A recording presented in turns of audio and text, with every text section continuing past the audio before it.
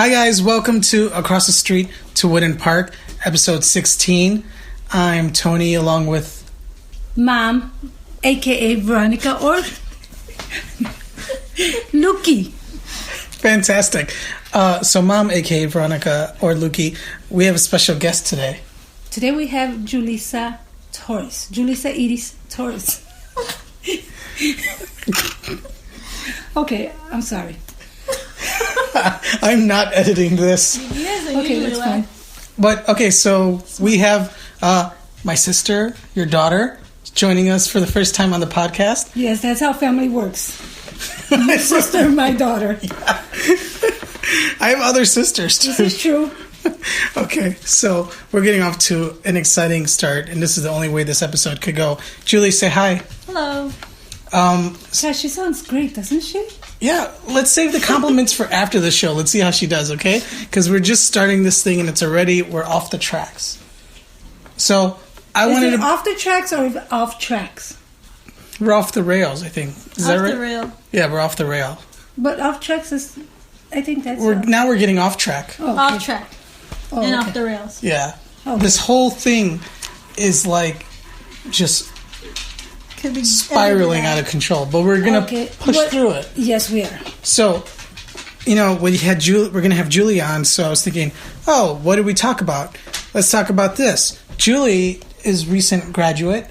She's an artist. That's her thing. That's what she does. Is that fair, Julie, to say? Yeah. Well, that's not her thing. That's her career. Well, so far it's not a career yet, so it's just her thing.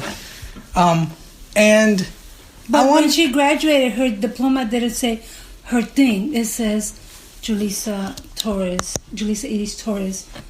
I have not gotten my diploma yet. Oh, my bad. Like 3 more weeks. We don't know what it says. Okay, let's get back on track. So, but the thing is, so she's a follower of the arts, and she makes arts, and she appreciates the arts, and she likes to learn and teach about it. And I wanted to talk about where that came from, because I remember from when we were young, you were always pushing us to be around the arts. So I think a lot of our appreciation comes from that. Or I'll ask you directly, Julie. I mean, why did you get into art? Where did that come from? Can I answer that? Yeah, go ahead. No, actually, that question was geared towards her. It's so bizarre that, obviously I did have a big influence with your career choice or your interest in the art. However, what kind of baffled me was that although I like art and I enjoy it, I feel like I shortchanged myself and I didn't pursue it the way both of you did academically. I don't think circumstances were a lot different, though. I was able to pursue it. Art, I'm sure a lot of people know that there's not many career choices with that. When you go into art, you could go to art education and become a teacher or a professor. You can try at art history, but that's not really studio art. Or you can be pretty much lucky and talented and try and make it as an artist, a fine artist. But there's not really many options. What is you said fine artist or an artist or a fine artist. But isn't that's already the person's point of view, or isn't that like? Well, I mean, like a person's in the fine arts, meaning they're in crafting art, making art, and they're in galleries, and they're known during their time as an artist. They're getting paid to make art. So what Julie, I think, is saying is, you didn't have the opportunity to always pursue art because you had other responsibilities at the time. And Julie has benefited from being lucky enough to pursue art because she's got more opportunities and chances. Yeah. I mean, let's start from you. Where did your interest in art come from? That is so strange because it's weird because at a very young age, I've always liked it. But I have no clue what triggered that. I don't think it was grandma, was it, at all? Did she ever bring the art into the house? I don't think so. She was always so busy working, selling. I think we did a show on that, selling products, Avon, Tupperware, Shockley, you name it, she sold it. So I don't. She did take us to the museum. Okay. My sisters and I. Which museum?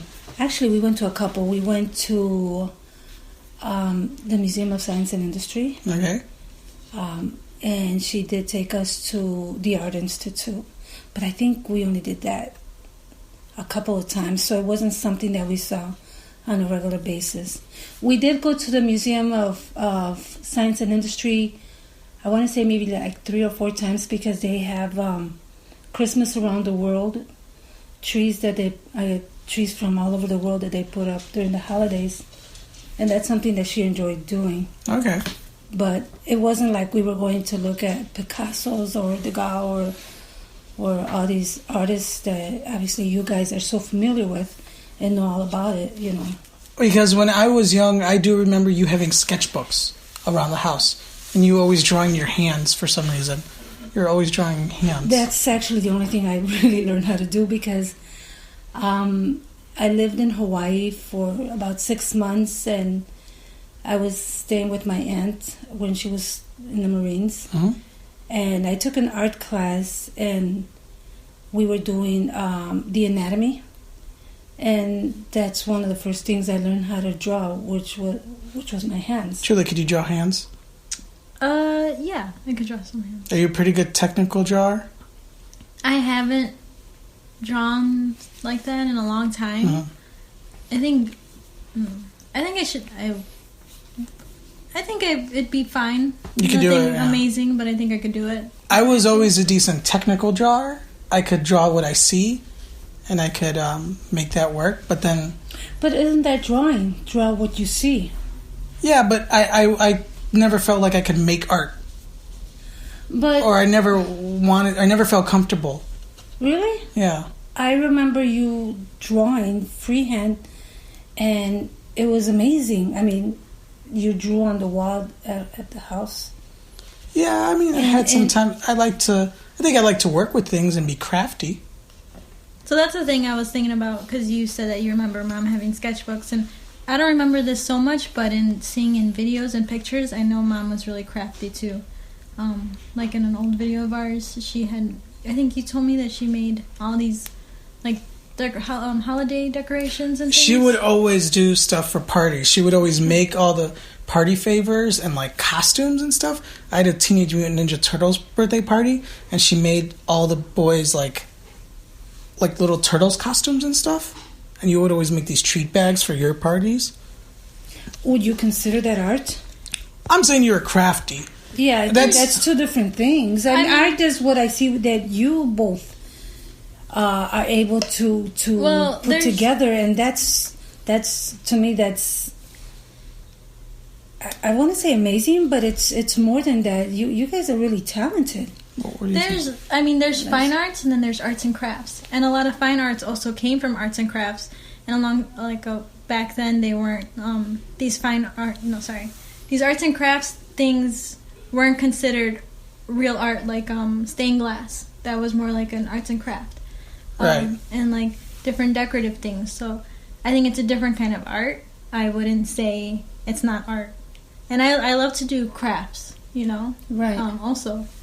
So, but yeah, and then maybe from us seeing you do stuff like that gives us a little bit of motivation to like, I'm gonna try to make. Do you feel that? Yeah, I mean, if there's definitely creativity in the house, and that's the upbringing, and I guess this is going back to the first question that you asked about what was it? Where'd you get it from? Your sense of wanting to create. So that's how you were inclined to want. Well, I'm sure. I mean, I can't really remember so much. Right. That's like a super hard loaded question, I know, to start off with. But if there is creativity in the house, and if it's getting what's the word, like getting inspired, and it's a good environment that nurtures, and incubates the creativity. Oh, I see. Okay. And going back to like two of my biggest memories of childhood, for some reason it's always been the museum and the library that you've taken me to. Oh, yeah. And, I remember Julie would sit with the books that read to her with the cassette tapes. Yeah, with the big blue giant blue headphones. And turn the page. Which I really... Julie, you're not on the right page. Come on, stay with us here. I do want to find... I wonder if I could find a pair of those headphones. Because that's like probably my biggest childhood thing. I'd love to have. Hipster now, huh? You're going to be riding the train with big I'm really glad Chicago that she Public Library headphones. She has that memory of doing that because she was tiny. You used to be little. Used to be smaller than you are now. She was like 3. There's something that I really remember of like sitting in the big Seltzer library. Bags. They're in the plastic bags. Yeah, the book on hangers, the cassette hanging in the little white hanging. Yeah, and just go pick it up and you go to the table. And I remember it so much. And I think going back to what I really want to do in life and to do children's books illustrations. I think because I always think that. The children's book is one of the most important art forms because everyone can remember, a children's book that moved them or inspired them, and they have something. Everyone pretty much can. I think so. Yeah. So that is so profound that's what she remembers. That was the spark. And she now illustrates children's books, and that's such a deep connection right there. Yeah. I do remember Seltzer Library in particular a lot, the big room. And I think a part of it was that's an amazing big building. Yeah. And when you're a little kid, it's it's a big, profound place. And I like going to the library now more than I like the books. I'm so happy to have a library card. That's the only thing on my keychain. That's a big deal. For me, having my library card and my voter's registration card is... When did you get your first... Do you remember getting a library card when you were young? Do you remember going to the library? I remember... we had, I think, the librarian come to the school and give us the applications. Oh, I remember that. And I think my parents signed it. I don't know if they knew what the hell they were signing. Sure, whatever, just leave me alone. Yeah. And they would sign it. And I remember my sisters and I, we would walk to the library. It was on Milwaukee, and there used to be a Saxon paint store next to it, and I think an A&P. That's a food store. Yeah, I don't know. But it was on Milwaukee and I don't remember the cross street. I want to say Paulina. I'm not sure though. And it was a very small, tiny library. Although when you're young, it's huge. But it was fun to go there and look at the books and take out a few books. I think they only let us take out 2 or 3 at the time. You know how many books they let you take out now? No. 50 or 50. something. No. Yes. Oh my God, that's horrible. You just take out anything you want. That's actually amazing. I go once a week and get 10 CDs. No, we were only able to take out 2. I think 3 was the most. I saw maybe a couple years ago. I was at the Seltzer Library, and I saw these parents with their little kid, and they were going through the children's book section, and they had their own wagon, and the kid was just filling these books, just filling Isn't it that up. amazing? And it was the wagon just for books, and they were going to check them all out. I think that's, and I wish more people took advantage of that, or how do you promote that? But going, they're busy. I've been to the library when it opens, and there's 10 people waiting outside. I can't wait to see moms or dads with their little kid checking out Julee's books. I'd rather have them pay and buy the book from Amazon. We're not going to put ours in the library. Well, it would We're going to put out a sampler. It would be an honor to see her books in the library. Did you ever lose books when you were young? No. Did you ever have late fees? Yeah. How did Grandma give you the money to pay him? Well, yeah, she had to because, if you didn't pay it, obviously the fee goes up higher. No, it only goes up when it's still out. When you still have the book out. Once you take it back. I don't know. Did you ever see that special on Seinfeld where this guy lost his book and he had to pay for the book and he owed thousands and thousands of dollars? A special or an episode? Oh, an episode. Okay. Well, it's an episode. You know what I mean. Okay. What about paying for it? I think now there's it cuts off at $2 or something. Yeah, no, back then there was no such thing as a cut. What about paying with canned food? Do you remember that? They would do an amnesty if you bring in a canned food during this time. No. They would just wipe it clean. Really? Yeah, they would do that like for a week. No. Once in a while. No. We Is your library card up to date? Yes. Is yours, Julie? Yes. Yeah. A few years ago, you took out A Catcher in the Rye, and you had that for the longest time, and you never took it back. I did take it back. No, you paid for the book. But I took Is it that the back. one I don't think so. I think you have it still, because you just gave them the money for the full book. I think I took it back. What am I going to do with the book? I have a library book from my high school. Oh, bad person. I'll return I don't think I have it anymore. I think it was from a library or from my school of a series of unfortunate events, and something happened where it wasn't checked out, so it was never on my record.